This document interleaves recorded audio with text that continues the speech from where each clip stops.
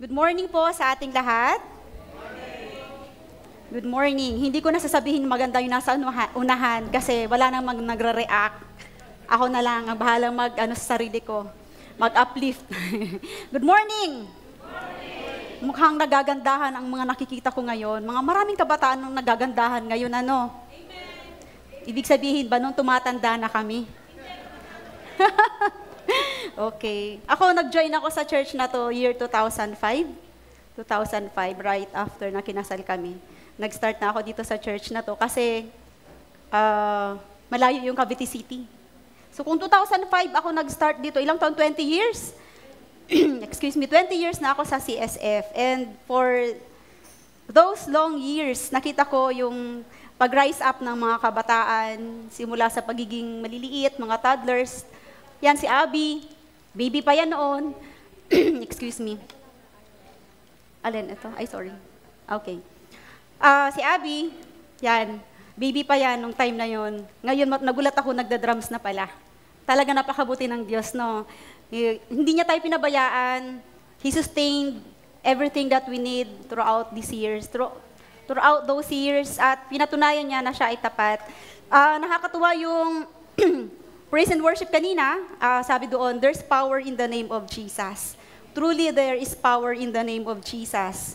Because Jesus came to this world during the time when there is a lot of sighing, crying, weeping, kung saan nanghihina, nalulupaypay, nawawala na ng pag-asa ang mga tao. But when Jesus stepped into this world, pinawi niya ang lahat ng mga pag-iyak, panghihina, panlulupaypay, dahil kahit saan man pumaroon ang Panginoong Jesus during His ministry, ay ang lahat na may mga sakit ay pinapagaling. Lahat ng, maging ang kamatayan, ay He turned into life. Diba? Nung panahon na si Lazarus ay namatay, siya ay muling nabuhay because Jesus is the life and resurrection. Amen po ba? Sa kanyang presensya, walang kamatayan, kundi buhay lamang. Maging yung lalaki na kailangang ilibing doon sa main, kung saan nakasalubong niya yung mga prosesyon ng maglilibing ng mga patay. Nakita ng Panginoong Jesus yung pagdadalamhati ng isang ina, kaya naman yung kanyang compassion ay talaga namang pinaramdam niya doon sa nanay at binuhay muli ang kanyang anak, ni-restore into life. So in the name of Jesus, there is power and there is victory. Amen po ba? Nung time na si Jesus ay nasa Garden of the Gethsemane, kung saan he's going to be captured dun sa last night na kung saan siya ay huhulihin at siya ay undergo sa trial, hinahanap siya ng mga soldiers, may mga sundalo, sabi, we are looking for Jesus. And Jesus stepped forward and said, I am. At during that time when he said the word I am, alam mo ba yung mga soldiers ay bumagsak, na-slain sila because there is power in the name of Jesus. The name I am. Ginamit siya ng Panginoon ni Yahweh during the time na si Moses ay naandun sa ilang, dun sa burning bush, na kung saan tinanong ni Moses ang Panginoon, sino ang sasabihin ko dahil inutusan mo ako na pumunta sa bansang Ehipto para palayain ang bansang Israel? Sabi ng Panginoon, I am. Sabihin mo ako si I am. Ako nga. There is power. Bakit ko sinasabi ito? Because Jesus came from the word Yeshua. Yahweh saves. Yahweh saves. Ibig sabihin, ano ba ang mga bagay na nais mong i-save ka ng Panginoon sa oras na ito, sa buhay mo, gusto mong i-save ka ng Panginoon sa sakit, karamdaman, utang, depression, anxieties, panic attacks, ano mang kailangan kang i-save, sa mga utang man yan, sa kahinaan man yan, He will save you, definitely save you. Amen po ba? Jesus saves and He will always save us. Amen po ba? He saved before, He will continually save everyone that needs saving. Amen po ba? There's always power in the name of Jesus. Wala nang iba pang pangalan sa mundong ito na pwede mong hingan ng tulong, na magbibigay sa iyo ng totoong tulong at pagmamalasakit, walang iba kundi ang ating Panginoong Hesukristo. Kaya marapat lamang na patuloy natin siyang itaas sa ating mga buhay. Ang buhay na ito, wala itong silbi kung hindi paglilingkod sa ating Panginoon. Amen po ba? Kaya nga sabi ko kahapon, while I'm preparing the sermon, sabi ko, papagod ako, sa totoo lang ang dami kong trippings. Hindi naman ako nagrereklamo dahil blessing yun. Pero sabi ko, papagod ako. Pero sabi sa sarili ko, bakit ako magrereklamo? Isang malaking pribilehiyo ang magsalita, gamitin ng Diyos, gamitin man na mag-speak in front of everyone para ihayag ang kabutihan at katapatan ng ating Diyos. Sino ako para magreklamo? Ang buhay na ito ay para sa Kanya. Ang buhay na ito ay galing sa Kanya at para sa Kanya. Yun ang essence ng buhay natin. Amen po ba? We just need to enjoy this life knowing that in the end, dadating tayo sa panahon na kung saan makakasama natin forever ang ating Panginoon. Doon, sa kalangitan, sa kaharian na kung saan wala ng sakit, wala ng karamdaman, wala ng pagluha, wala ng kakulangan. Amen po ba? Excited po ba kayo na makasama ang ating Diyos? Amen. So, ang topic natin sa umagang ito ay kinuha ko po dun sa Romans 5. Yan. Romans 5, 12 to 17. Ang topic po ay pinagbatan kong Reign in Life.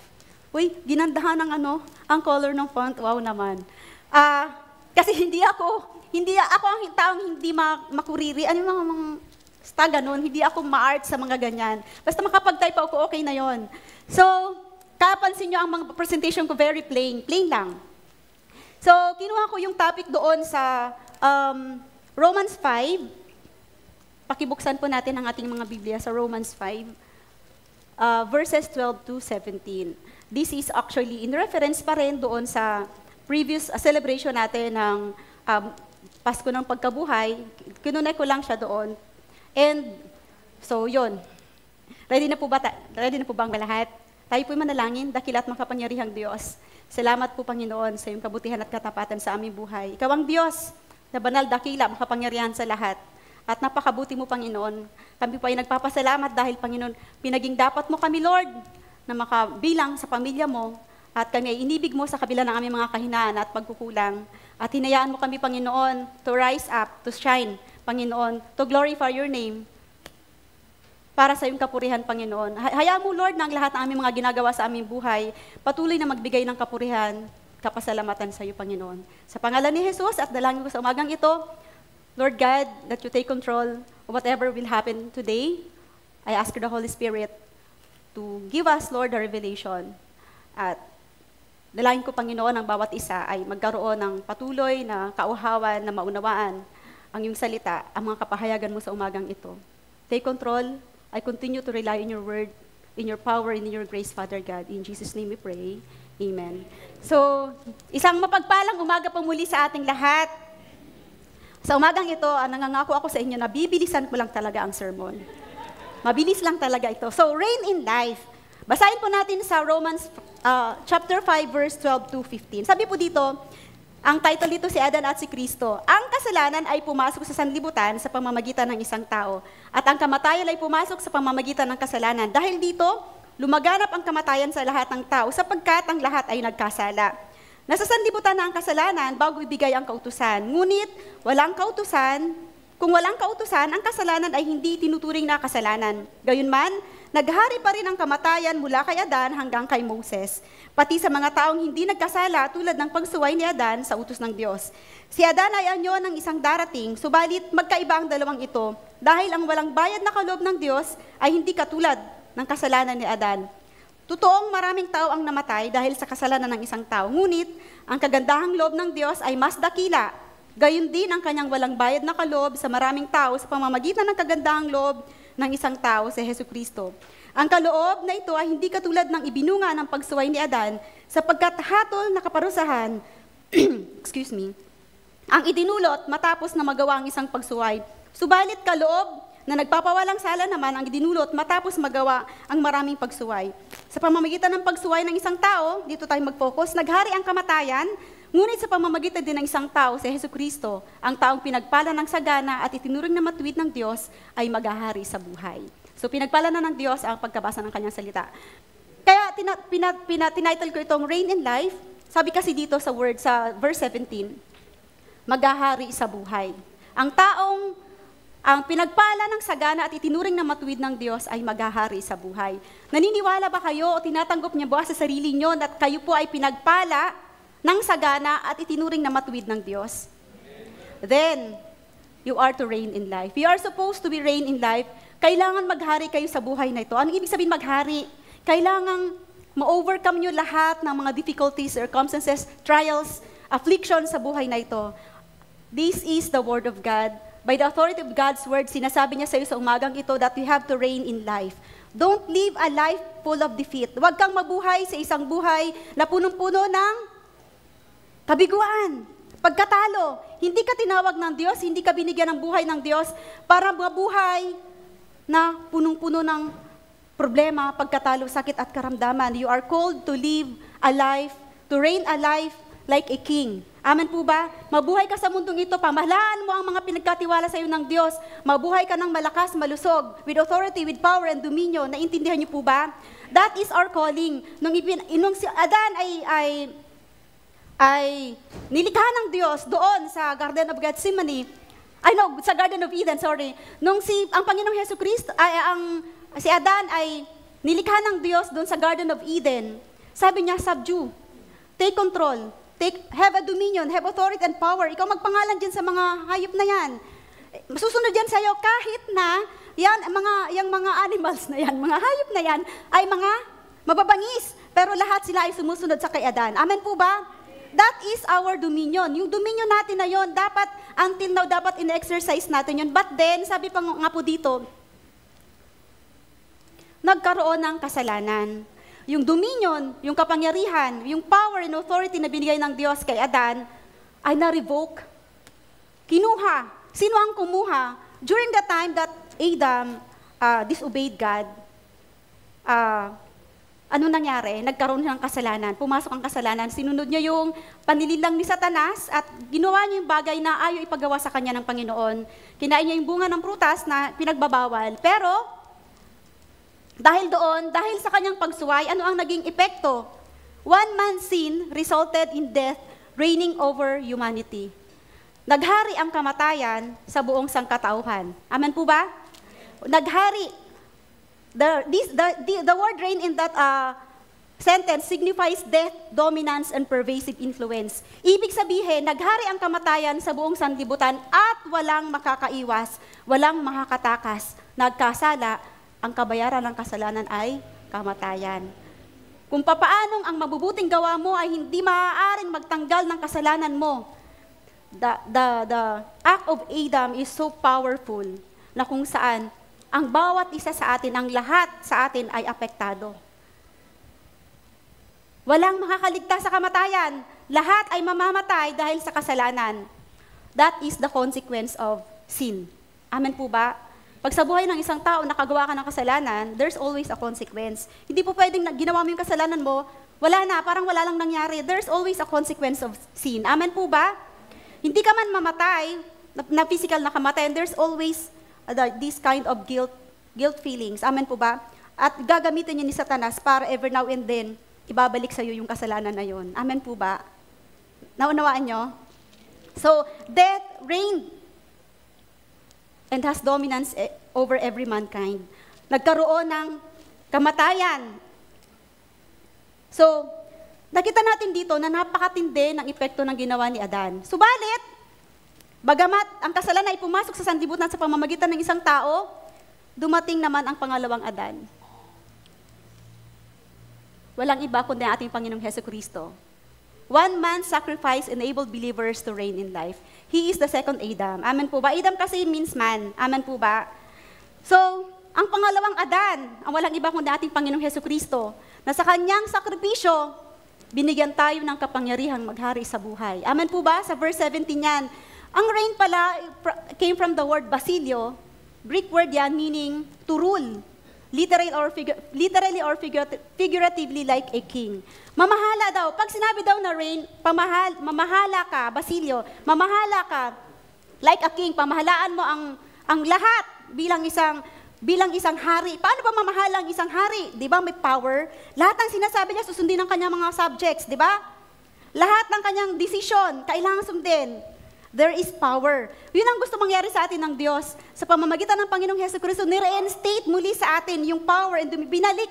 Kung paano na-revoke yung dominion and power and authority ni binigay kay Adan, pagdating ng Panginoong Hesukristo sa pamamagitan ng kanyang kamatayan sa krus ng Kalbaryo, ibinalik. Na-restore niya tayo. Na-restore sa atin, ibinalik muli sa atin yung power, dominion, and authority. And you have to use it as children of God. Amen po ba? Walang kapangyarihan, walang effect, walang manifestation ng lahat ng ito kung hindi mo siya i-exercise, kung hindi mo siya gagamitin. Kailangan maunawaan mo yon. Amen po ba? Karapatan mo yun bilang isang anak ng Diyos. Bilang isang niligtas ng Panginoong Jesus. You are to reign in life as a king. Alam niyo po ba, yung basilyo na yan or yung reign na yan, diyan din nagmula yung word na basilica. Alam niyo po ba yung basilica? Ganito ang basilica eh. Yan. O, naghanap ako ng picture na yun ha. That is sample of royal hall. Actually, ang basilica is isang malaking-malaking building na kung saan, nung unang panahon, during ancient times, yung mga hari, kapag meron siyang kailangang gawing desisyon, meron siyang kailangang gawing pagpupulong, or kaya mahalagang, let's say, judicial rule na kailangang gawin sa kanyang buong kaharian, pupunta sila doon sa tinatawag na basilica or sa royal hall. At doon niya i-declare yung kanyang mga decree, mga commands. So doon din siya nagbibigay ng mga payo at ng mga kaparusahan. So, very, very important ang royal hall or ang basilica nung panahon na yon. So, nakita po natin, ang nakonect po natin, that the basilio or the king, basilio, the reign came from the word basilio, or kaya meaning king, to rule as a king. So, we are to reign and rule this life like a king. Amen po ba? The substance in us. Meron tayong substance just like a king. Tayo tinawag ng Diyos na pamahalaan ng lahat ng bagay sa ating buhay at hindi tayo mabuhay ng isang talunan at nanghihina at nandulupaypay. Hindi isang malaking patotoo ang isang Kristiyano na punong-puno ng defeat. Alam niyo ba yon? Hindi isang magandang patotoo na ang isang Kristiyano ay punong-puno ng panlulupaypay, kahinaan, sakit, karamdaman. Hindi kasi yun ang pagkatawag sa atin ng Diyos. We are to reign in life like a king. Amen po ba? So by one man's sacrifice, tayo mga believers were enabled to reign in life. So reigning in life refers to living a life of power, influence, and victory. Meron ba tayong power? Meron ba tayong influence? Meron ba tayong victory? Kailang meron tayo nun. At makukuha lamang po natin yan sa pamamagitan ng ating Panginoong Hesukristo, not by your own work, not by your own deeds, hindi sa pamamagitan ng ginagawa mo, kundi sa pamamagitan lamang ng Panginoong Hesukristo. We will be able to reign in this life through Jesus Christ. Amen po ba? Meron kang backup, meron kang somebody, alam niyo ba yon? Sinabi ko na rin yata ito, no? Pag ang isang, ano ba yon, yung mga nasa consulate, pumunta sa ibang lugar, pumunta sa ibang bansa, di ba? Nire-represent nila ang bansang Pilipinas, di ba? Binibigyan sila ng magagandang accommodation. Kasi kailangan maging maayos yung presentation ng bansa kung saan sila nanggaling. Ganon din tayo. Bilang ambassadors of Christ, dapat yung representation natin ay maximum to the best dahil ang nire-represent natin ang Panginoong Hesukristo. Amen po ba? We Christians must represent Jesus Christ as He is, kung papaano siya ay full of kingly dominion and power, dapat ganon din tayo. Amen po ba? So we have to reign in this life, we have to live in this life, we have to rule in this life, full of power, influence, and victory. So ano ibig sabihin ng to reign in life, full of power? Pag sinabing full of power, anong ibig sabihin noon? Dapat daw may kapangyarihan. Ano yung kapangyarihan? You have the ability or capacity to do something. Amen po ba? Ang isang Kristiyano ay hindi lang nakalugmok sa isang tabi. Merong kakayahan, meron kang abilidad to do something for God's glory. Amen po ba? Ang ginagawa mo ay magbibigay ng kapurihan sa Diyos. May kakayahan kang mamahala o mamuno, to lead. If you are, kung ikaw ay ama ng tahanan, you have the power to lead your family. Amen po ba? You have this power to lead your family closer to God. Kung ikaw naman ay businessman, you have the power to handle your business properly. Ibig sabihin, kailangan mag-excel, kailangan maging successful ang business mo. You have that power. Amen po ba? Whatever your calling or vocation, we have to live a life full of power by being the best version of who you were created to be. Dapat maging best version ka kung ano ang pagkalikha sa'yo ng Diyos. Amen po ba? Sisa meron niyang the power of I am coach, I am blessed, I'm prosperous, I'm successful, I'm victorious. Bago matulog sa gabi, at pinapamemorize ko sa kanya yon. At ang sa lahat doon, ang sa pinakadulo doon, I will become who that I was created to be. In Jesus' name. You be the best version of who you were created ng Panginoon. Kung ano yung plano ng Diyos sa pagkalikha sa'yo, be the best version of it. Amen po ba? Kung tinawag ka ng Diyos para maging isang mga awit, be the best version of it. Amen po ba? Hindi ako yon, ha? Kung tinawag ka ng Diyos na maglingkod sa Kanya at maging preacher, be the best version of a preacher. If you are called to be a teacher, be the best version of a teacher. If you are a mother, be the best version of being a mother. Amen po ba? For God's glory, ang lahat ng ginagawa mo, best version ng give the best para sa Panginoon. Lahat daw ng ginagawa natin, whether you drink or eat, do it for the glory of God. Ang lahat ng ito magbibigay kapurihan sa ating Panginoon. Amen po ba? Maaring ang pinanggalingan mo very humble. Maybe yung beginning mo very humble. But eventually, you will rise up because God is always with us. Amen po ba?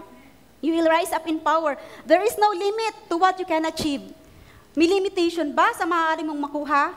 Walang limit ang Panginoong binigay sa atin para sa ating pagtatagumpay. Walang limitation. Amen po ba? There is no limit to what you can achieve.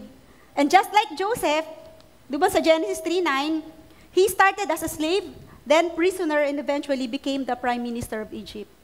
Nagmula sa isang slave, sa isang alipin, nakulong, nabilanggo. Subalit, dahil ang Diyos ay patuloy siyang sinasamahan, ang lahat ng kanyang ginagawa ay nagtatagumpay. Sabi sa Genesis 3:9, sa buong panahon ng paglilingkod ni Jose, doon sa bahay ni Potiphar ay pinatnubayan siya ni Yahweh, kaya anumang kanyang gawin ay nagtatagumpay.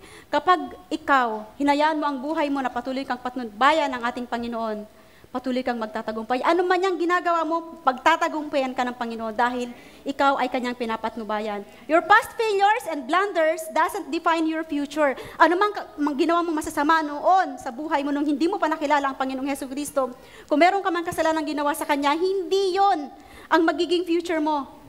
God defines your future. Ang Diyos ang magsasabi kung anong future meron ka. At yun ang mangyayari sa'yo. Because God is the best potter. Siya yung magaling naman, manghuhubog ng isang clay. Kaya kanyang ihubog into the best pot that you can ever be. Kaya kanyang hubugin simula sa isang walang kwenta. Kaya kanyang hubugin into somebody that everyone will, gagalang ka, i-recognize ka. God will raise you up. Itataas ka ng Panginoon, hindi siya papayag ng kanyang anak ay nasa baba, nasa talunan, nang lulupaypay, nang hihina. Itataas ng Diyos ang kanya. Itataas ng Ama ang nasa kanya. Alam niyo ba, lahat ng mga failures, disappointments, or kaya mga sabi na setbacks na nararanasan ng mga anak natin, yung mga magulang dito, sino ang unang nasasaktan pag ang anak mo ay bumagsak, nang lupaypay, nang hina? Sino ang unang nasasaktan? Di ba magulang? How much more tayong magulang sa mundo nasasaktan sa kahinaan, pagbagsak at pagkalugi or kaya anumang mga blunders na ginawa ng ating anak, tayo unang nasasaktan. How much more yung Ama natin na nasa langit kung saan tayo nagmula? Di ba mas higit siyang masasaktan? Papabayaan ka ba niya malugpok lamang dyan sa sakit at karamdaman mo? Hindi ka looban ng Diyos yun. Nasasaktan ng Diyos kung may sakit ka. Nasasaktan ng Diyos ang ating Ama kapag meron kang disappointments, meron kang trials. Una siyang nasasaktan. Kaya huwag mong sabihin na wala siyang pakialam sa'yo. Baka akala mo, wala namang nakakaintindi sa akin eh. Ang pinagdadaanan ko, ako lang naman yung mag-isa. Hindi totoo yun. Lahat na ginagawa mo, lahat ng meron ka sa buhay mo, walang maitatago sa Panginoon. Lahat yan nauunawa niya na, lahat yan naiintindihan niya. At nagmamalasakit siya sa'yo. Nais ka niyang patuloy na itaas. Patuloy na magtagumpay. Amen po ba? Merong nagmamahal at nagmamalasakit sa'yo. Ano man ang sitwasyon mo. Hindi ka man perfect. Ikaw man ay sabihin na natin na walang kwenta. Sa mata ng tao, wala kang kwenta. Pero sa mata ng Diyos, you are precious. Mahalaga ka sa Kanya. Amen po ba? Unawain natin kung paano kalalim ang pag-ibig ng Diyos sa ating buhay. Kapag naunawaan natin na malalim yung pag-ibig ng Diyos sa atin, walang rason para tayo ay hindi maglingkod sa Kanya. Walang rason para hindi natin siya papurihan. Walang rason para hindi natin siya ialay ang buhay na ito sa Kanya. Amen po ba? So, to reign in life is to live our circumstances instead of being victim to them. We use our hope and position of authority and influence to serve others and bring out the best in them. So, kung ikaw ay nasa kalalagayan, maayos ang kalalagayan mo, pag may nakita kang mga mahal sa buhay o kaya kamanggagawa o kaya kasamahan sa church that needs upliftment, use your power and authority. Itaas mo rin sila. Tulungan mo silang bumangon. Wag mo silang lalong ibagsak. Amen po ba? Pag may lumapit sa'yo nang hingi ng tulong, tulungan mo in the best na pwede mong itulong. Amen po ba? Dahil binigyan na tayo ay overcomer na. Amen po ba? You already overcame the world. Si Jesus na overcame the world. And tayo man din, ay napagtagumpay na natin ang mga negatibong sitwasyon sa ating buhay. Tulungan din natin yung iba na magtagumpay din. Amen po ba? Si Dayan nung time na, ba si Dayan? Yun. Si Dayan nung time na wala pa siya anak, sorry sa example ha. Tumawag yan sa akin si Dayan. Naiiyak siya, sabi niya sa akin. Yun, hindi siya magkaanak, tapos parang may findings yung kanyang uterus, something ganyan-ganyan. Umiyak siya. And I prayed, sabi ko sa kanya, si Lord mabuti, kung paano naging mabuti sa akin ng Diyos, binigay niya sa akin yung kahilingan ko sa Kanya, ibibigay niya rin sa iyo yun. And I prayed after that, namin mag-usap, nag-pray kami. And eventually, after few weeks yata, nabalitaan ko kay Stretche na buntis na si Dayan. Amen po ba? Kaya, naramdaman ko yung bigat ng pinagdaanan ni Dayan, dahil pinagdaanan ko yun, di ba? Kaya mong i-impart yung comfort sa isang tao na nangangailangan ng comfort kung pinagdaanan mo yung bagay na yon. Amen po ba? Kaya kung meron man sa atin na lumalapit, na kailangan ng comfort, alam mo yung feeling, huwag mong ipagkait yung comfort na yon. I-uplift natin ang bawat isa. Amen po ba? Magtulungan tayo, kailangan nating iangat ang bawat isa dahil iisang pamilya tayo ng Diyos. Amen po? So, to reign in life is to rule with power, and pangalawa is to rule with, asa na ba yun? Marami akong to rule with influence. Pag sinabi ang rule with influence, anong ibig sabihin noon? May influensya ka. Meron kang say. Amen po ba? Ano man ang sinasabi mo, pinapahalagahan. Meron ang mga suggestion mo, ang mga sinasabi mo, ang ideas mo, pinapakinggan nila, pinapahalagahan nila yon. You have this kind of capacity to have an effect on character or behavior of someone or something. Pag ikaw daw ay may influence, kaya mong bigyan ng yung desisyon ng isang tao, kaya mong impluwensyahan yon. Katulad sino ba yung si Daniel? Si Daniel, isa siyang bihag. Amen po ba? Binihag siya, dinala siya sa Babylonia. Nung time na yun ay isa lamang siyang teenager yata, nung time na yun. At dahil napakabuti ng Diyos sa kanyang buhay, hindi siya bumitaw sa Panginoon. Ano nangyari sa kanya? Yung influence. Binigyan siya ni Lord with the power, with the influence. Naging isa siyang si Daniel, payo ni Nebuchadnezzar, King Nebuchadnezzar and King Darius. Amen po ba? Isang bihag, galing sa ibang bayan, ay itinaas sa isang pwesto na maging tagapayo ng pinakamataas na posisyon sa kaharian. Di ba? Napakatindi nun, Ibig sabihin, may influence yung sinasabi mo. Ano man sabihin ni Daniel kay King Darius and King Nebuchadnezzar, sinusunod. Amen po ba? Yung mga payo niya, pinapahalagahan.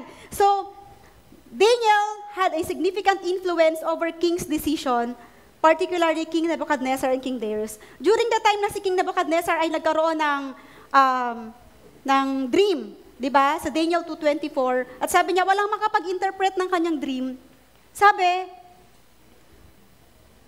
nung King Nebuchadnezzar, patayin mo na nga itong mga tagapayo kung to mga wise men na to, wala namang mga kwenta.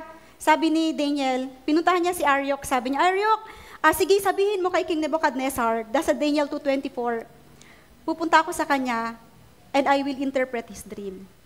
Ipapaliwanag ko sa kanya. Yung dream na yun ni King Nebuchadnezzar, nakikita siya ng isang malaking estatwa o malaking ribulto na gawa sa iba't ibang materyales, may kahoy, may sand, basta ganon. At walang makapagpaliwanag sa kanya. Gusto niya nang patayin yung kanyang mga tagapayo, mga wise men niya, dahil walang kwenta. Hindi maipaliwanag yung kanyang dream, yung kanyang Ano ba yon? Sa Tagalog ang dream. Panaginip. Gusto nang ipapatay, pero sinabi ni Daniel, Aryok, dalin mo ako kay King Nebuchadnezzar at ako ang magpapaliwanag sa kanya. At ipinaliwanag niya ng tama at mahusay ang panaginip ni King Nebuchadnezzar. So he has this integrity, he has this testimony. Ibig sabihin, kaya naniniwala sa kanya si King Nebuchadnezzar, una, napatunayan niya sa mga previous, mga advices niya na tama at totoo, tumpak, amen po ba? Kaya merong influence, yung kanyang sinasabi, sinusunod ng hari. Ganon din ba tayong mga lingkod at mga anak ng Diyos? Yung mga sinasabi mo ba, yung mga pagpapatotoo mo ba, may influence ba yan sa mga nakakarinig sa'yo? Yung mga ginagawa mo ba, may influence ba yan sa paligid mo? Amen po ba? Ano ba yung influensyang binibigay mo? Maganda ba? Mabuti ba? O baka naman yung influensyang pinapakita mo ay something na magpapabagsak ng ministeryo or ng pagkakilala ng mga tao sa ating Panginoon. Ano ba yung influence na meron ka? Gamitin mo yan. Para saan? Para sa ikararangal at ikapupuri ng ating Amang nasa langit. Amen po ba? His testimony is his integrity and he has proven himself time and time again. So, pangatlo na meron ka dapat pag ikaw ay reigning in life, you have to have this victory. Victory. Pag sinabing victory, ano ibig sabihin noon? Victory ba ay kabiguan? No, victory is a triumph or success. An act of defeating an enemy or an opponent. Pag sinabi doon na may victory ka, kaya mong labanan ang lahat ng kalaban mo. Amen po ba? Mapagtagumpayan ang mga kabiguan sa buhay. Amen po ba? At makamtan ang anumang inaasam o layunin mo sa buhay mo that whatever you do leads to success. Ano man daw ang gawin mo, nagtatagumpay ka. Amen po ba? Ano man ang kalalagayan mo, nagtatagumpay ka. Amen po? So to reign in life is not to live in defeat, but to live in victory over all circumstances. Pag sinabing over all circumstances, lahat ng sitwasyon sa buhay mo kaya mong pagtagumpayan. Amen po ba? Ano ba yung bagay o sitwasyon sa buhay mo na nais mong pagtagumpayan? Consider it's already been done. Amen po ba? Dahil meron kang Diyos. Napagtagumpayan na ng Panginoon, napagtagumpayan mo na rin yan. It is finished. Sabi nga doon sa last word ni Jesus Christ, bago siya namatay, bago niya nirelease yung spirit. Tandaan niyo to ha, maging sa kamatayan, Jesus has a control of His death. Walang maaaring kumuha ng kamatayan ng Panginoong Hesukristo. He released His spirit. Amen po ba? Walang maaaring pumatay. He gave up His spirit. Amen po ba? At bago niya ibinigay yung espiritu niya, sabi niya, it is finished. Ano ba yung mga dapat matapos sa buhay mo? Utang? Tinapos na yan ng Panginoon. Sabi sa krus ng Kalbaryo, it is finished. May sakit ka ba? Tinapos na yan ng Panginoong Hesukristo. It is finished. It is done. Amen po ba? Ano pa ba yung mga dapat tapusin sa buhay mo? Yung asawa mo ba na problema mo? Tinapos na yan ni Lord. Hindi pinatay. Tinapos na yung pagpapahirap sa'yo. Amen po ba? Binago na yan ng Diyos. Amen po? Ano man nais mong tapusin sa buhay mo na mapagtagumpayan mo, pinagtagumpayan mo na yan dahil meron kang Kristo. Ang lahat sa ating buhay, ating mapagtatagumpayan kapag lagi nating inuuna, lagi nating ina-acknowledge ang presensya ng Panginoong Hesus sa buhay natin. Wala naman tayong magagawa sa buhay na ito kung wala ang Panginoong Hesus Kristo. Amen po ba? Tanging sa Kanya lamang, Siya lamang ang ating katagumpayan. Kaya patuloy tayong kumapit. Huwag tayong bibitaw sa Kanya. Kung gusto mo magtagumpay sa buhay na ito, patuloy tayong humawak, kumapit at huwag bibitaw sa ating Panginoong Hesus Kristo. Huwag nating bibitawan ng ating pananampalataya. Amen po ba? So, pag ikaw daw ay mapagtagumpay or successful, kahit man daw ikaw ay businessman, you will be prosperous in your business. Kapag daw ikaw man ay estudyante, ay syempre kailangan mag-excel ka sa school. Kung ikaw man ay nanay, ay magiging mabuting nanay ka sa mga anak mo. Amen po ba? And if you are trusting God for a new career, kung meron man dito naghahanap ng trabaho, kagagraduate lang, gusto maghanap ng trabaho, be sure that God doesn't just want you to have a job. He wants you to be a blessing and an asset to your organization. Dadaling ka niya sa isang trabaho na makikita yung importance mo. Amen po ba? Makikita ng lahat na ito magaling tong taong to. Itataas ka ng Diyos. Mararecognize ka ng lahat. Amen po ba? Hindi ka ibubuli ng mga kasamahan mo sa trabaho. Hindi, ang bully ay hindi para sa anak ng Diyos. Dahil patuloy kanyang itataas. Magsha-shine up ka. Saan ka man magpunta, makikita nila, there is something in you. There is something that is shining in you. That is the presence of God. Amen po ba? Patuloy kanyang itataas. Ganon din naman, when you reign in life, you also reign in the powers of darkness. Kung meron ka mang depresyon, meron ka mang sakit o karamdaman, nangihina ka ng lulupay-pay, you have anxiety attacks, you have panic attacks, you will rule over them. Mapagtatagumpayan mo yon dahil sa kapangyarihan ng ating Diyos, ng Panginoong Jesucristo na nasa atin. Amen po ba? You reign over the devil and his devices. When you reign, the devil doesn't reign. Amen po ba? Kailangan ikaw ang maghari para hindi maghari ang demonyo. Amen po ba? Huwag mong hayaan maghari ang demonyo. Kailangan ikaw ang maghari. Dapat nasa itaas ka, siya ang nasa ibaba. Tatapakan mo siya. Amen po ba? Dahil kung hahayaan mo na siya ang maghari, ikaw ay kawawa. Kawawain ka. Amen po ba? So you have to live a life reigning with power. Ano sabi ko kanina? With power, with influence, and with victory. Amen po ba? We have to reign in life over the powers of darkness. Hindi makakapanaig si Satanas sa buhay natin o sa buhay mo. Mapagtatagumpayan mo ang lahat ng mga panlilinlang at pananakot ni Satanas dahil sabi sa Lucas 10:19, ayan, sabi dito, binigyan ko kayo ng kapangyarihang tapakan ng mga ahas at mga alakdan at daigin ang lahat ng kapangyarihan ng kaaway at walang makapananakit sa iyo.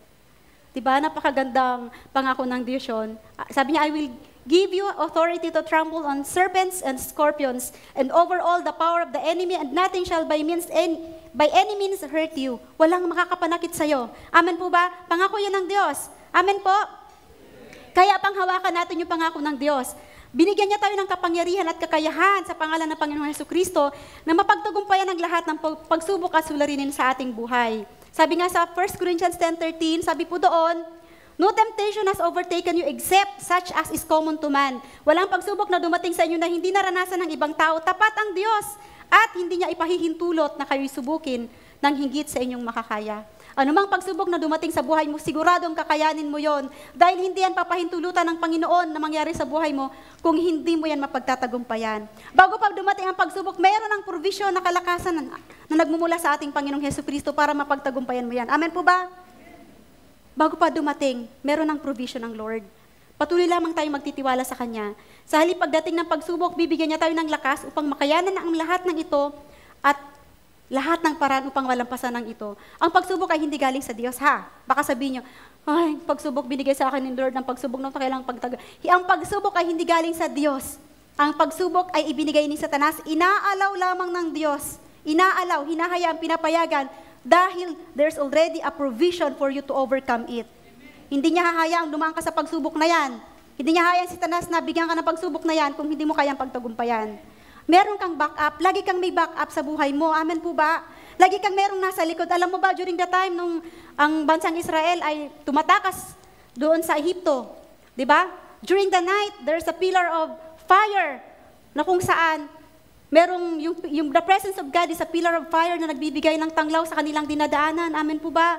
At during the day, sobrang init ng panahon, there's a pillar of cloud na nagkakanlong o nagbibigay ng lilim sa mga lumalakad na mga Israelites. Amen po ba? At during that time na malapit na silang maabot ng Ehipsyo, ng Egyptians, alam mo ba, yung presence of God na nasa harapan nila dahil gabi yon, pumunta sa likod.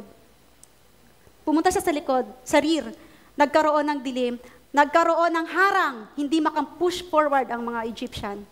Ganon kabuti at kagaling ang Diyos.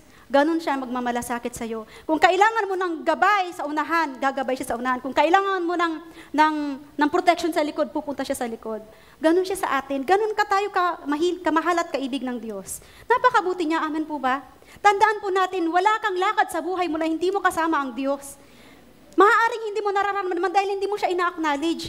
Hindi mo hinahanap yung presensya niya. Hindi mo siya kinukonsulta. Hindi mo siya tinatawag. Pero lagi siyang naandiyan. Nagmamalasakit, nangunguna, pumuprotekta, gumagabay. Amen po ba?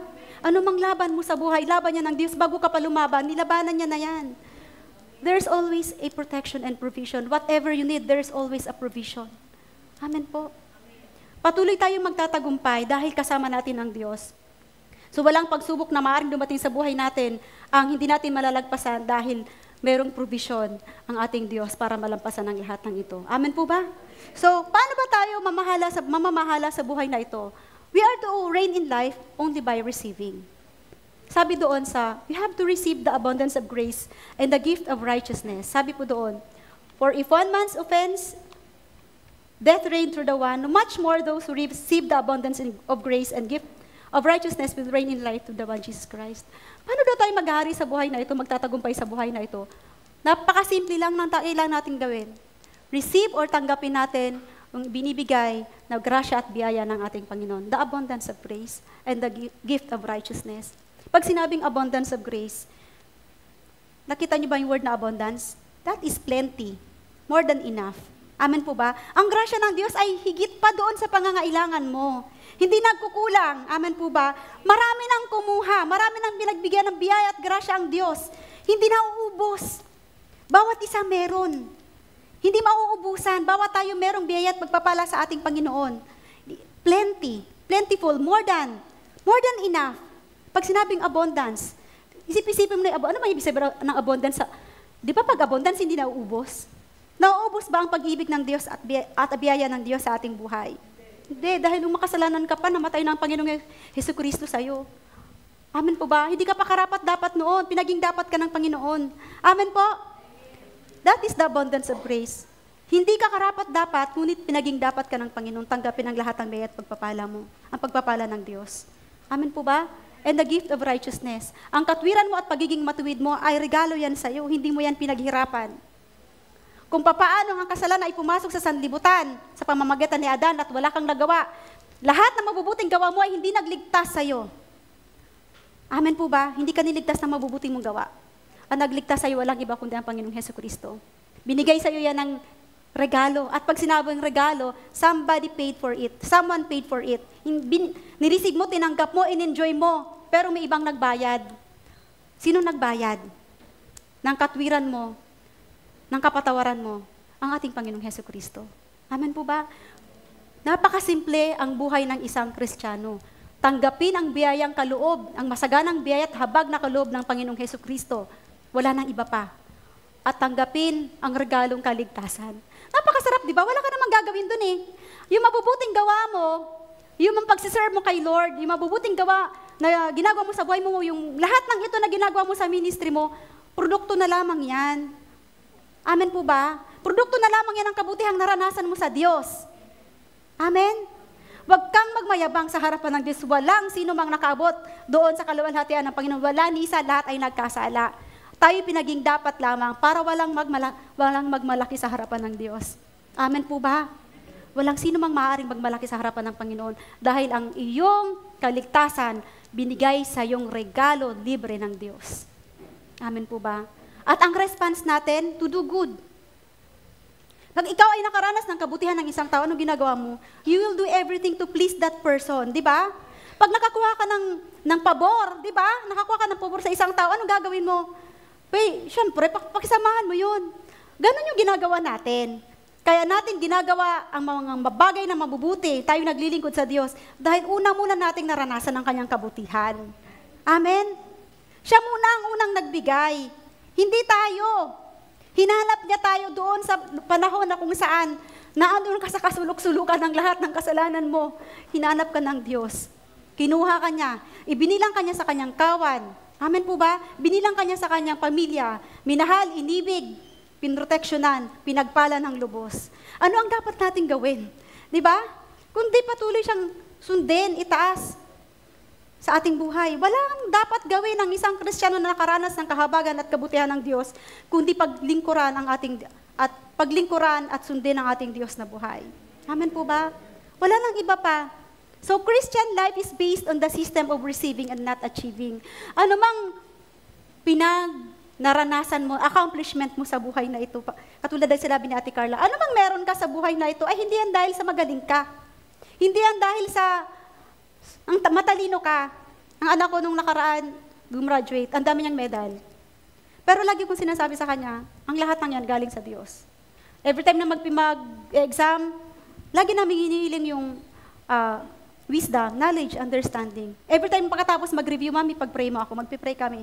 Dahil ina-acknowledge namin na ang karunungan, ang katalinuhan ay hindi natin sa sarili natin, galing niya, kundi sa Diyos yan. Amen po ba? Kung nagtagumpay ka man sa negosyo mo, dahil yan sa pabor at biyaya ng Diyos. Kung yung mga real estate dito, Kuya Andrew, di ba? Kahit anong pukpok mong ibenta ang isang property, kahit anong gawin mo pa, mag-boosting ka man yan sa Facebook, ikalat mo lahat yan sa lahat ng kaibigan mo, ialok mo nung kung kani-kanino. Kung hindi ka sasamahan ng grasya at biyaya ng Panginoon, hindi mo magbebenta ang property. Naranasan ko yan. Nasa punto na magbabayaran. Nagpasukat na ng property. Set up na lahat. Hindi kalooban ni Lord. Hindi nangyari. Pero, may mga instances, no? Napakasimple. Ang bilis.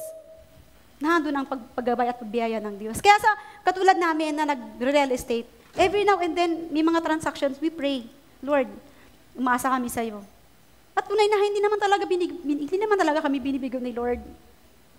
Before, patutuo ito, hindi para magyabang, no. Before the anniversary, wala naman talaga akong budget para sa lechon. Wala talaga akong budget. Pero, syempre, meron naman akong ipo na, extra na budget na hindi ba maapektuhan yung kung meron man akong nakatago, hindi ko kukunin doon. We were praying, tapos merong isang transaction na hindi nag-push through.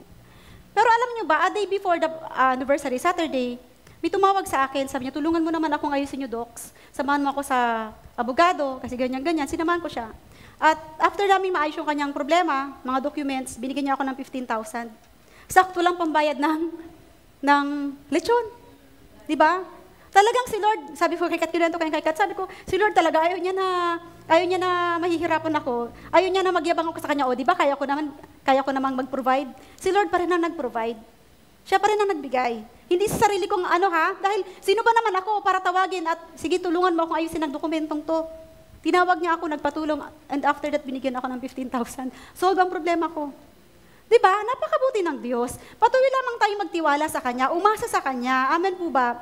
Sa lahat ng ginagawa natin, kung hindi ka sasamahan ng grasya at biyaya ng Diyos, walang mangyayari. Kahit anong pukpok mo yan, kahit anong galing mo yan, kahit anong kamas-kamas mo yan, sabi ko, magkamas-kamas ka man dyan, walang mangyayari kung hindi ka sasamahan ng biyaya. It is He who gives us the ability to produce wealth. Amen po ba? Siya lamang, wala nang iba. Kaya wala tayong may pagmamalaki. Amen po? So Christian life is based on the system of receiving and not achieving. Hindi pwedeng, gagawin ko to. Kasi we have this naging feeling na, kailangan gawin ko to, ganyan yan. Kahit anong gawin mo. Kasi si Satanas, kanya i-divert ang attention mo. Kailangan mo mag-overtime, hindi ako makaka-attend ng Sunday worship service dahil kailangan ko mag-overtime. Kukunin yung oras mo, ilalayo ka sa gawain ng Panginoon. Kaya ako, sinasabi ko sa mga kasamahan ko na agents, pag Sunday morning, hindi ako pwede, kahit gaano ka-importante ang meeting, bahala kayo, hindi ako pwede, magsisimba ako. Diba? Maraming beses ko rin napatunayan. Pumunta ako sa tripping, Sunday morning, walang nangyari, napagod lang ako. Kita nyo? Kahit anong gawin mo, kung hindi ka sasamahan ng grasya ng Diyos, wala kang magagawa.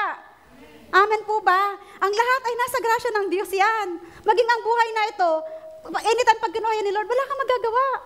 Di ba? Kaya patuloy nating ipagkatiwala ang lahat sa buhay natin sa ating Panginoon. Huwag kang magmadali, huwag kang umasa sa sarili mong lakas at karunungan. Amen po ba? Dahil ang Diyos ay mabuti. Ang pabor niya ay ibinigay sa iyo. Kaya tayo ay gumagalaw, nagtatrabaho with knowing na ang lahat ng ito ibinigay na sa atin ng Lord. So magang yung pakiramdam mo, eto gagawin ko to dahil alam ko binigay na sa akin ng Lord. Akin na ang success. Hindi yung, kailangan ko itong gawin para makuha ko to. Huwag kang umasa sa sarili mong galing. Umasa ka sa kabutihan ng Diyos sa buhay mo. Ay isang pitik lang naman, isang ganyan lang naman ni Lord, ang lahat ng bagay makukuha mo di ba? Wala namang hindi makukuha sa pamamagitan ng Panginoon. Amen po ba? Man thinks that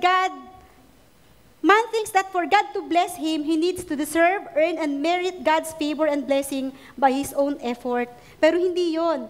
Your blessing is not based on your performance or good works. Hindi yun sa galing mo at sa ginagawa mo, kundi sa biyaya lamang ng Panginoon. You don't need to convince God to bless you because every blessing is already yours to begin with. Hindi mo kailangang kumbinsin ang Lord. Hindi mo kailangang kumbinsin si Lord na, Lord, i-bless mo naman ako. Kasi sa umpisa pa lang, nasa iyo na yan eh. Ano ba, ang kailangan mo na, lakaran mo na lamang ito. Hindi mo kailangang, Lord. Eto ha, hindi ibig sabihin na nagpipray ka, nag-iiyak-iyak, nagluluhod-luhod ka dyan, ibibigay sa iyo ni Lord. Amen po ba? May motibo ang prayer. Amen po? Ano ba yung motibo mo sa hinihingi mo kay Lord? Kahit maglulupasay ka dyan, kung ang motibo mo ay hindi maganda, hindi ibigay sa iyo ni Lord yan. Talastas ni Lord ang laman ng puso ng bawat isa sa atin. Amen po ba? Hindi mo kailangang ikumbinsi si Lord dahil umpisa pa lang ang lahat ng biyaya at pagpapala ibinigay na sa atin ng Panginoon. Amen po ba? Christian life is based on the system of receiving and not achieving. Saan na ba yun? Ayan. So, hindi mo i-achieve ang mga bagay na yan, kundi i-receive mo lamang yan sa ating Panginoon. Sabi po doon sa Ephesians 1:3, purihin ang Diyos Ama ng ating Panginoong Hesukristo, pinagkaluban niya tayo ng lahat ng pagpapalang spiritual na nagmumula sa langit dahil sa ating pagkikipag-isa kay Kristo. Sabi din sa Corinthians 9:8, magagawa ng Diyos na pasaganain kayo sa lahat ng bagay, higit pa sa inyong pangangailangan, upang sumagana kayo para sa mabubuting gawa. Hindi lamang spiritual yung blessing ni Lord sa atin. Amen po ba? Lahat ng bagay, tangible, nahahawakan, ibibigay sa iyo ng Lord para saan? Na isang sumagana tayo para lalo tayong gumawa ng mabuti. So, pinagsasagana tayo ng Panginoon para patuloy tayong gumawa ng mabuti sa ating kapwa. Amen po ba? Binibless ka ni Lord para maging blessing ka rin sa iba. Hindi yung blessing ni Lord ay tatago mo yon. Yung blessing ni Lord, ibinibigay yon, inilalabas yon, sinishare yon, para patuloy na dumalo yung blessing ni Lord sa buhay mo. Amen po ba? God is more than enough. He is sufficient enough. Kung ang God is more than enough and sufficient enough, how much more ikaw na nais pasaganain ng Diyos, di ibibigay sa yung mga pangangailangan mo, higit pa sa yung pangangailangan. Amen po ba? So most people believe that they need to work hard to achieve success in life. But then, God's way is not to bless you by your own effort. You cannot earn God's blessing by your performance. God's blessing are based entirely on His grace. His greatest blessing in your life is unearned, unmerited, and based entirely on receiving Jesus. Ang pinakamatinding biyayang tinanggap mo sa buhay mo, binigay sa iyo ni Lord ang libre. Amen po ba? Iyang kaligtasan mo. How much more pa ibang mga blessing na gusto mong maranasan? Kung hindi yan ibigay sa iyo ng Panginoon, amen po ba? Ibibigay sa iyo kung hindi nga ipinagkait sa iyo ng Panginoon ang kanyang nag-iisang bugtong anak na Panginoong Hesukristo, the beloved Son of God. Ano pa ba yung mga ibang bagay na pwede mong hilingin? The lesser blessing, hindi pa kayang ibigay sa iyo ng Panginoon? Hindi madamot ang ating Diyos. Amen po ba? God's way is to bless you by not your own effort. You cannot earn God's blessing by your performance. His blessings are based entirely on His grace. And His greatest blessing in your life is to receive Jesus entirely as your Lord and your Savior. Kaya maraming Kristiyano ang nabubuhay ng talunan, napapagod, nabuburn out sa buhay dahil umaasa sa sariling karunungan at lakas. Amen po ba? Mabilis na napapagod. Marami ditong yung mga generation ngayon. Sila yung generation na ang lahat ay well provided talaga. The best generation. Enjoying all the benefits and success ng mga magulang nila.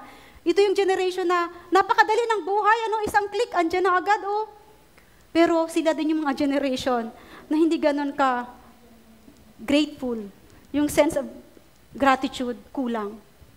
Parang they have this sense of entitlement na karapatan ko to, akin to, ibigay mo sa akin to. Meron silang sense of entitlement, hindi sense of gratitude. Ipagpasalamat kung anong meron sila. Kaya madali silang ma-burn out, madali silang ma-depress, madali silang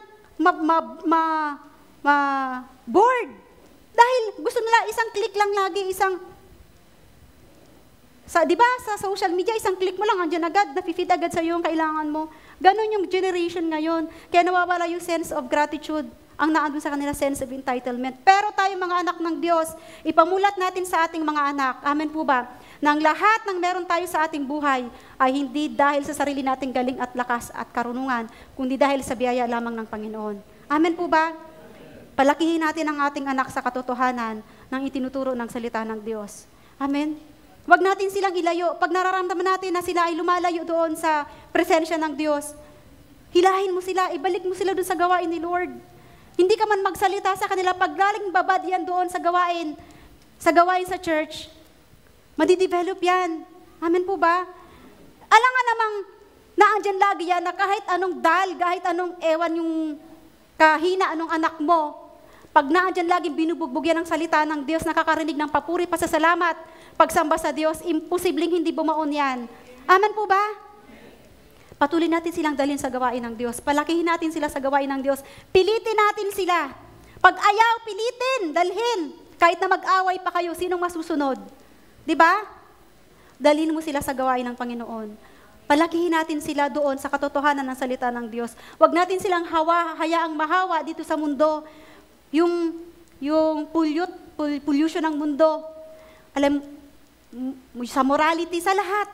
Huwag natin hayaan sila na mahawa. Dalhin natin sila sa gawain ng Diyos. Ma-purify yung kanilang intention, yung kanilang isipan. Amen po ba? Amen. So, we have to reign in life by only receiving the abundance of grace and the gift of righteousness through the one, Jesus Christ. Walang iba para maranasan mo ang abundance of grace and the gift of righteousness. Walang iba kundi sa pamamagitan lamang ng ating Panginoong Hesukristo through Jesus Christ only. Our reign in life are not our own doing, but are entirely a result of God's grace and the work of Jesus Christ. You are eternally complete and secure in your standing with God. Ikaw ay niligtas na, pinatawad na, namatay ang Panginoong Hesukristo. Bakit parang tagal ko? Sa krus ng Kalbaryo, ang lahat dahil sa iyo, mahal ka ng Diyos, at hindi na kailanman yan mawawala pa sa iyo. Amen po ba? Secured ka eternally, completely, walang makakabawi niyan sa iyo. Amen po ba? So to reign in life is by receiving the abundance of grace, dahil namatay ng ating Panginoong Jesus dun sa krus ng Kalbaryo. Sabi sa Romans 5:8, but God clearly shows and proves His own love for us by the fact that while we were still sinners, Christ died for us. Namatay ang Panginoong Jesus para sa atin. Noong tayo mga makasalanan pa, pinatunayan niya sa atin kung gaano tayo niya kamahal. Amen po ba?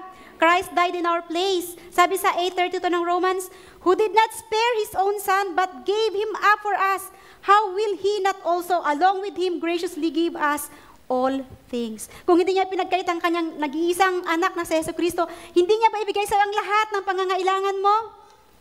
Ibibigay niya po yun, siguradong sigurado. Amen po ba? So those who receive the abundance of God's grace, tayo po yun, the undeserved favor, unmerited favor, hindi tayo karapat-dapat na tumanggap, pero pinaging dapat na tumanggap ng Diyos. Amen po ba? So, the abundance of grace refers to a plentiful supply of God's unmerited favor. Apaw-apaw, sobra-sobrang supply ng kabutihan, pagpapala, at kindness and mercy, awaan ng Diyos para sa atin. Ang mga provision niya, binigay niya sa atin nang walang limitation, sobra-sobra. Dito, kailangan nating maunawaan na ang kabutihan ng Diyos, ang kagandahang loob niya, binigay niya sa atin ng libre. Higit pa sa ating pangangailangan, higit pa doon sa kasalanang ginawa mo. Sabi nga po doon sa Romans 5:17, sabi nasa natin kanina, where sin increased, grace superabounds. Sabi doon Romans 5:17, sapagkat kung ang naging makasalanan ang marami dahil sa pagsuway ng isang tao, marami ring napapalansala dahil sa pagsunod ng isang tao. Sa pagdami ng pagsuway, dumami naman ang lalong sumagana ang kagandahang loob ng Diyos. Where sin increased, grace superabounds. Lalong sumagana ang kabutihan ng Diyos. Nung panahon na ang tao ay makasalanan, pinaging sagana niya ang kabutihan ng Diyos. Ibinigay niya ang ating Panginoong Hesukristo. Amen po ba? Sagana ang kabutihan at kahabagan ng Diyos. Amen? So, sabi po dito, we have also received the gift of righteousness. Sabi ko kanina nga sa inyo, pag sinabing gift, regalo, hindi mo binili, hindi mo pinaghirapan. May nagbayad para dyan. Tinanggap mo and enjoy mo, that is the gift of righteousness. That is the status of being declared righteous in the sight of God. Ikaw ay mabuti na, matuwid na sa harapan ng Panginoon. Hindi mo pinagtrabahuhan. Binigay na regalo sa iyo ng Diyos. At pag ikaw ay binigyan ng regalo, ano ang sasabihin mo? Thank you. Thank you ang sasabihin natin. Binigay na regalo sa'yo ang iyong katwiran at ang iyong kabanalan. Wala tayong pwedeng gawin kundi pasalamatan ng ating Diyos. Amen po ba? Through Jesus Christ, we receive God's righteousness which enables us to live in life and reign in life. Sabi sa Corinthians 5 verse 21, sabi po doon, for He made Him who knew sin to be sin for us, that we might become the righteousness of God in Him. He knew no sin. In Him is no sin, but on the cross, He became sin for us. Wala siyang kasalanan. Walang anumang matagpo ang kasalanan sa Kanya. Sa Kanya ay walang kasalanan. Subalit doon sa krus ng Kalbaryo, siya ay naging kasalanan. Para saan? Upang tayo ay maging matuwid sa harapan ng Panginoon. That is the greatest, nagkaroon ng, nag-interchange yung ating role. Amen po ba? Pinalit yung katwiran ng Panginoong Hesukristo, yung kanyang pagiging banal, yung kanyang pagiging righteous in the sight of God, pinalit sa atin yun. Tayo na naging makasalanan, siya naging kasalanan in place of us. Amen po ba? Ano sa Tagalog yun? In-interchange yung ating posisyon. Tayo na naging makasalanan ay naging matuwid at ang Panginoong Yesus na walang kasalanan doon sa krus ng Kalbaryo ay naging kasalanan para sa ating katwiran. Napakabuti ng Diyos, di ba? Ano pa ba ang dapat nating gawin sa buhay na to kundi patuloy siyang pasalamatan? So, that is the status of being declared righteous in the sight of God. So, to reign in life signifies having authority, dominion, and ruling position in the realm of life, empowered by Jesus Christ. Magiging matagumpay ka lang at maghahari sa buhay na ito sa pamamagitan ng Panginoong Hesukristo. It implies victory over sin and death and a new life in Christ.